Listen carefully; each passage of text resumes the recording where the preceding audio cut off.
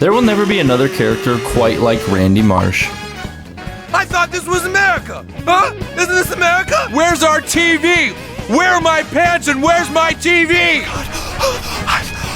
I'm so startled. God bless. No! I don't have any change! Randy started as merely another background character, a lowly geologist playing with all day. Wait, why did that get censored? Geologists do play with rocks. That is literally their job. Stop censoring me. When South Park first began, Randy Marsh was simply Stan's dad. As the show progressed, Randy elevated from a background character to one of the main heavy hitters on the show. Today we're going to take a look at the meteoric rise and fall of one of South Park's most beloved characters, Randy Marsh. Meteoric because, you know, he was a geologist. Get it?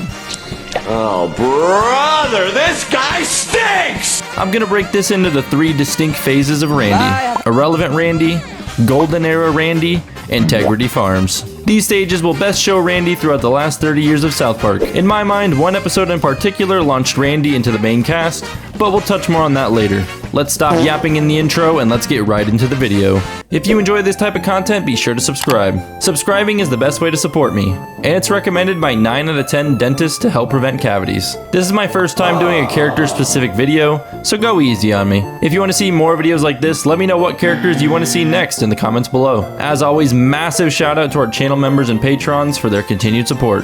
I really appreciate it.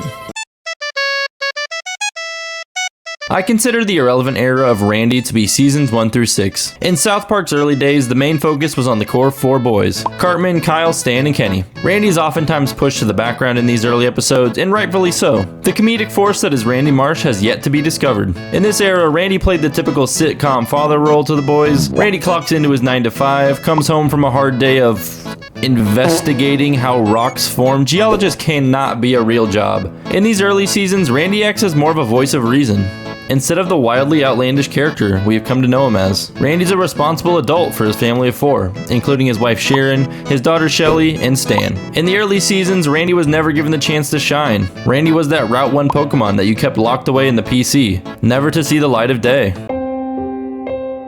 His character was never given the chance to experiment until Randy decided to do just that. 2 Guys Naked in a Hot Tub is one of the earliest Randy-centric episodes, going all the way back to season 3. Let me hit you with 2 interesting facts real quick. 1. Turkey vultures are known to doo-doo on their own legs and feet in a process called urohydrosis, which is basically a way to stay cool without being able to sweat. Just remember to wash your hands after the next time you pet a wild turkey vulture. And 2 Guys in a Hot Tub is the middle episode of South Park's first trilogy. The 3 episodes don't follow each other's storyline, but each part follows a different character's adventures on the night of a meteor shower. Randy, Sharon, and Stan are going to the meteor shower party. Stan doesn't want to go because going to parties with your parents as a kid is lame. They lock Stan in the basement with Pip, Butters, and Dougie.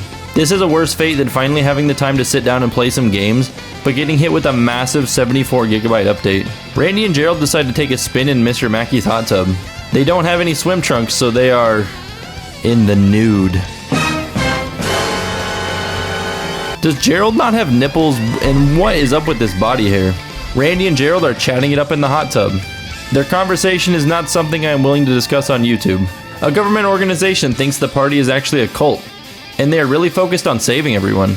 Oh, don't worry. We won't let that happen. Even if it means we have to kill each and every one of them. After skinny dipping in the hot tub, Gerald is becoming really attached to Randy. Stan and the other kids escape the basement, and they're now watching TV with some of the party snacks. That's when they discover that the ATF is outside of Mr. Mackey's house. Slightly misunderstanding that this is just a meteor shower party, not a religious cult. Randy regrets hanging out with Gerald, and they're going through sort of a teenage breakup here. Stan tries to defuse the situation, but the ATF is proving to be incompetent. Lay down your weapons! We don't have any weapons! Go back inside and tell everyone that they are surrounded. Tell them to come out peacefully and we will not shoot them. Ah! Get back inside! Randy blowing off Stan's legitimate concerns for his own here is really funny as well. Dad, they shot at us! Not now, Stan. Mom! Whoopee! The ATF decides to take drastic measures by burning Mr. Mackey's house down to save the cult members inside. It makes sense if you don't think about it. Randy's very annoyed by Gerald, who is being super clingy with him due to the moment that they shared earlier in the hot tub. Randy admits to the party what happened. and everyone admits that they have also done the thing that they did in the hot tub. This eases Randy's concerns. Stan gets a message to the news outside and saves everyone at the party. This episode was solid. There was not a ton of funny moments. The ATF being an incompetent bunch might have been the funniest running bit. Shooting at everyone who walked out of the party only then to try to interrogate them was very funny. Randy and Stan's storylines share the limelight, but this was the first real instance of a Randy-centric story. Randy didn't steal the show by any means, but it's nice to see them do more with this character. To me, Randy's golden era starts in Season 7, and it really takes off in Seasons 8 and 9. Here we see Randy's carefree personality really start to develop. Randy's given plenty of B storylines, and his bits completely take over the episodes. For example, in the episode Something Walmart This Way Comes, Randy steals the spotlight with the recurring gag of just how many deals he's getting at Walmart. He even takes up a job working at Walmart just so he can take advantage of even more deals. Randy has control of the B plot line, but his antics end up being some of the best moments of the episode. Randy has a clear shift in his character, becoming less intelligent and more spontaneous. Rather than being a guiding father, Randy is now a source of comedic relief. Seasons 8 and 9 were Randy's rise to main character status, due to his ability to take over an episode. Trey and Matt really found the sweet spot with this character. A goofy character who quickly accepts many lifestyles to fit his mood of the week. During this era, Randy has truly ascended to main character levels of popularity, just like primetime Tom Brady, or me that one time I ate an entire bag of pizza rolls. Randy's dominance was on full display during these seasons, and it all started from a single legendary episode. I might be extremely biased here, but this is one of my favorite episodes of all time. We're jumping into Season 9's The Losing Edge. This has to be, in my humble random guy on the internet's opinion, Randy's single greatest episode. This is the episode where Randy elevates from a background character to a full-time member of the main cast. And he's not even the focal point of this episode. The South Park baseball team is really good, and they all really love playing baseball. Oh God, I'm so bored. I see a ladybug. Hello, ladybug. Randy's in the stands, drinking beer and picking fights with the opposing team's fans. 2 episodes in a row now where we have seen Randy's nipples. Nice. Randy throws down with the other team's fans as Stan's team keeps winning, and the boring season of baseball is finally over. Well, or so they thought. Turns out they were too good at baseball and they're heading to the postseason. Randy, on the other hand, is taken away by the police, producing maybe one of the greatest quotes of all time. I thought this was America! Huh? Isn't this America? I'm sorry, I thought this was America! The kids want their baseball season to end, and decide to sneakily throw the games so they can stop playing baseball and enjoy their summer. I love how Randy makes their baseball season about him fighting the other team's fans. The South Park team is planning on throwing the game until it turns out nobody wants to keep playing baseball. The Fort Collins team decides they're also going to throw the game, and they're going to throw it harder so they can go home and play video games. If Little League doesn't want the parents to fight in the stands, maybe they should stop serving alcohol at the games. They're really asking for it with these $12 beers, which is actually cheap by MLB standards. The montage of everyone trying to lose is great, as Randy is getting progressively more intoxicated, eventually fighting the Fort Collins fan. South Park wins, Randy's taken to jail. This cycle repeats in Greeley and Pueblo. Randy using a Spanish dictionary to talk smack to the Pueblo fan is amazing. Pueblo no bueno. Pueblo es muy mal. South Park is going to the championship game. Iowa mentioned. Iowa has been mentioned. Let's go. Then we'll spend the whole summer going to Nebraska and Iowa.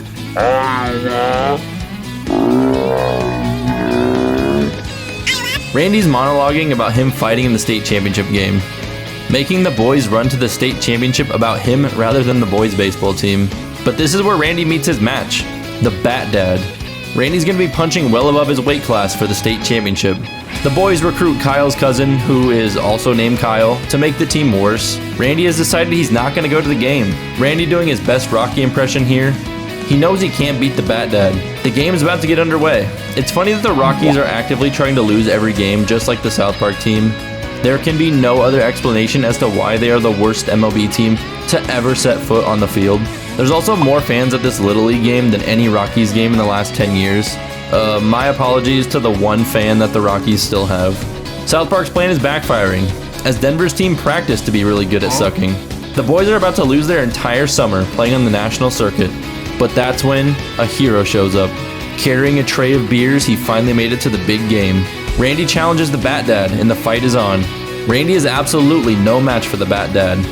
but the fighting could get South Park's team disqualified. Unfortunately, Randy is knocked down too soon, but that's when he delivers one of the show's greatest moments of all time. Randy! Hey, Bat Dad. I didn't hear no bell. Randy wins the fight, defeating the Bat Dad, and South Park's team is disqualified. All the kids celebrate that their summer is saved. This episode is in my top 5 of all time. Randy hijacking the kids' successful baseball season to make it all about him is peak Randy. This episode compared to the last shows how Randy has evolved into an irrational wild card of a character, oftentimes being swept up into whatever he feels like doing for the week. Randy is perfect in these seasons, and he really maintains this pace for a bulk of South Park's middle years. Following The Losing Edge, many more Randy-focused episodes were made, and there are some absolute bangers in this time frame. Medicinal Fried Chicken, Make Love Not Warcraft, and Pinewood Derby, just to name a few. It's no surprise Randy's golden era lines up perfectly with what I see to be South Park's golden era. Throw in Randy and Butters into an already solid core group of boys, and the writers have a ton to work with here. Alas, with every hero's rise to fame, eventually the downfall hits just as hard. Every show that has gone on as long as South Park has that jumping the shark moment. Randy couldn't stand on top of the cartoon Mount Everest forever, just like every Minecraft YouTuber. The eventual scandalous downfall was always looming. Here we see the once spontaneous and outlandish Randy, reduced simply to a one-note character, repeating the same joke over and over for the rest of his existence. For a bit of context, the episode I'm going to cover is from Season 22. And the teaser for Season 27 came out recently, and they're still doing the same bit. Personally, I don't think this bit was ever really funny. And tragically, this leads to the downfall of a once legendary character, and really the entire quality of the show as a whole. South Park fans saw this one coming from a mile away, but we're hopping into the Season 22 episode, Tegridy Farms. Shelly's in trouble at school for vaping, and she sent a picture of a dog's butt to the hall monitor to get away with it. What? Yep, there's the butthole reference in this video. It had to happen. Randy's fed up with the recent actions in the town and at the school from the earlier episodes in Season 22. Something that South Park has rarely done before is continuity between episodes. Usually one episode has no bearing at all on the next, but continuity is a big part of the later seasons. Randy and the family end up selling their house and move out to the country to be hemp farmers at Tegridy Farms. Turns out Kyle's kindergarten brother Ike is also vaping. Butters is the one selling the vapes to the kindergartners. Butters, are you selling vapes? Well, sure. What you looking for? I've got strawberry, vanilla, tropical passion. What? Tropical passion. It's like mango and kiwi. Randy is full swing into the weed farming lifestyle. Of course, Towley is the inspector, being that he is a one-note character whose only trait is getting high. Randy is turning into Towley in this episode. He's also becoming a one-note character. Every one of his jokes is the same. Oh, well, I hope you didn't pack your Tegridy, 'cause clearly your Tegridy ain't going. In a minor twist, Cartman and Butters were business partners attempting to sell vapes to the entire school. Kyle doesn't like that Eric is marketing the vapes towards little kids, especially the kindergartners. I mean, what else are they gonna do at recess, Kyle? At least they're not smoking, right? Hey yo, what the fuck? What may be even worse is the Tegridy Farms storyline. It's occupying Stan and giving him nothing of substance to do. Randy is taking the fight right to Big Vape, a hipster vape lounge. Randy gives all the vapors a little bit of Tegridy. Randy's losing to the final boss, but it turns out he's got Nezuko on his back in the form of Towley. Don't forget to bring it down. Vape on this! Okay, you gotta admit that was a pretty good anime reference. Come on, give me some props. Randy takes down Big Vape in a colorful explosion, and so begins the Tegridy Farms arc. Oh god, this is just gonna get worse, isn't it? If you didn't like Randy in this one, you won't like Randy for the rest of the series. Unfortunately, continuity is here to stay. Randy keeps the family at Tegridy Farms, and it gets old pretty quick. Randy's punchline for the rest of the series is haha weed funny, which gets old after a time. Randy's family also constantly voices their dismay at their new lifestyles, but Randy's becoming a narcissistic nutjob, and he will not admit that moving to the countryside was a bad idea, leading to his family starting to spite him. With Tegridy Farms, the show shifts too much focus on Randy's character. What was once a background character with occasional star-powered moments has become the focal point. Adventures of the four main boys has almost become an afterthought. In the newest seasons, it seems like they don't even enjoy hanging out with each other. The introduction of Tegridy clearly signals the jumping the shark moment of Randy's character and South Park as a whole. I think Tegridy Farms has taken a backseat more and more in the latest seasons and specials, which is a step in the right direction in my mind. It was present in the season 27 trailer, but I'm optimistic that it won't be a focal point and we'll have a good season of South Park once again. And there you have it, a brief touch on the historic rise and fall of one of South Park's greatest characters. From humble beginnings as more of a background character, to his legendary rise to stardom, to the tragic fall from grace. Randy is one of animated cartoon's most polarizing characters. Very rarely do we see a character get the chance to evolve like he did. Randy went from being a Magikarp to a Gyarados, and then back to a Magikarp who's addicted to THC. It's truly been a treat to watch Randy at his peak, and I would put him in my top 3 characters in the show. I'm not sure where I would rank him now, but he's still a solid character with potential. I look forward to the new season, and seeing if they decide to revert Randy back, or if they quadruple down on the Tegridy Farms arc. Instead of soaring in the THC, let's see if they can make this once great character rock again. It really isn't rock it science, guys. Get it? Because he used to be a geologist. Come on, you get it, right? Oh, brother, this guy stinks! If you want to see more videos like this, drop any ideas or suggestions in the comments below. If you enjoy the content, please be sure to subscribe. Subscribing helps me out a ton.